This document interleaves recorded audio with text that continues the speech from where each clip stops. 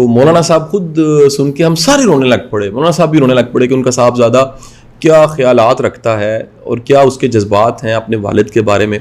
आप पहले ऑडियो को सुन लीजिए। लेकिन आप देखें हमारे नबी ने अमीर आदमी बनने का कोई तरीका नहीं बताया, उन्होंने अच्छा इंसान बनने का तरीका बताया। अमीर आदमी बनना आपकी चाहत है, वो अल्लाह ने कहा है मैं पूरी कर दूंगा, तुम ये करो मैं तुम्हारी चाहत पूरी कर दूंगा।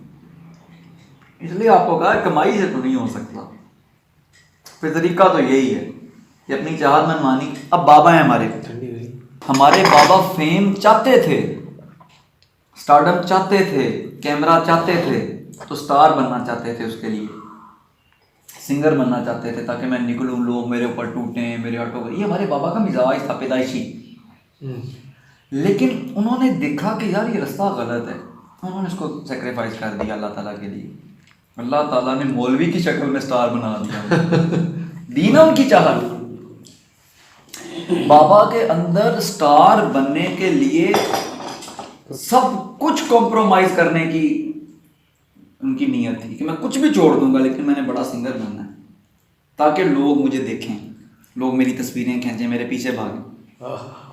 उन्होंने देखें कितनी बड़ी चाहत कुर्बान की, अल्लाह ने वही दे दी और ऐसी दी कि सिंगर बूढ़ा होके फारग हो जाता है और जो ओहदा अल्लाह ने उन्हें दिया ये बुढ़ापे में बढ़ता जाता है। मौलाना का वैसे ही बुढ़ापे में नाम हुआ है, मतलब 10 साल में नाम हुआ है, 10 साल में। और ये इस एंगल का नाम है कि इसमें जितना इंसान बूढ़ा होता है लोग उतनी मोहब्बत करने लग जाते हैं उससे। तो अल्लाह ने फिर उन्हें सही करके दिया। अल्लाह ने कहा इसने मेरे लिए छोड़ दिया, मैं वही स्टारडम इसको दूंगा। सिंगर तो बहुत हैं लेकिन मौलवी स्टार पूरी दुनिया में कोई नहीं। और ऐसे पहले अपनी नोयत में एक इंसान बना दिया पूरी सदी का। तो उन्होंने किससे डील की? अल्लाह ताला से। मैं चाहता हूँ मैं बहुत बड़ा बिजनेसमैन बनूं, दुनिया की पहले नंबर की कंपनी बनाऊं, तो मैं भी वही करूंगा जो अल्लाह ताला कहता है। कोशिश में खोट डालता है, फिर अल्लाह ताला भी खोट डालता है। कोशिश बस 100% तो हम तो 1% नहीं कर सकते।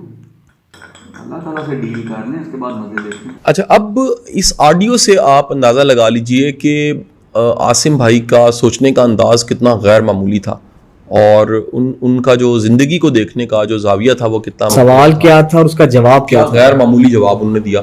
साथ ही साथ मैं आपको ये भी बता चलूँ, जो वहाँ सुनने में आया कि शाम साहब बता रहे थे कि कुछ औरतें आईं जो कि अमूमी तौर पे खाना मांगने या मदद के लिए आती हैं।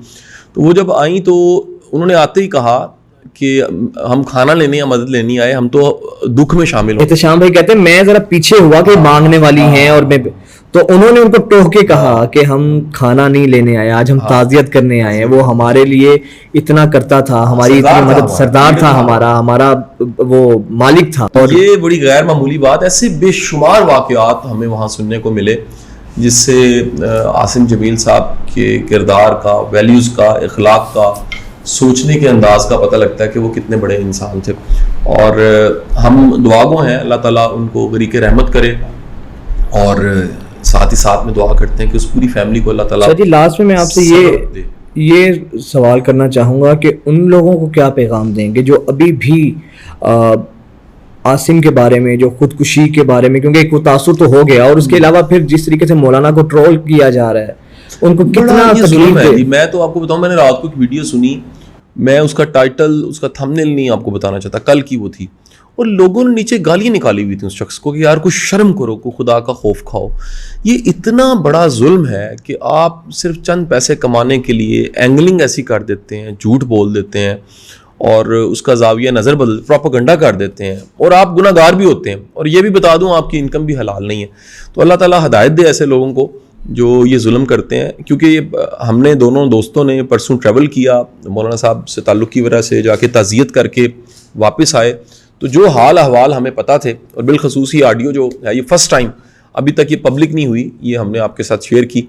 आप अपना बड़ा ख्याल रखिएगा। मुजाहिद भाई, आपके कंडक्ट करने का भी शुक्रिया। शाह जी आपका भी बहुत बहुत, थैंक यू। Thank you.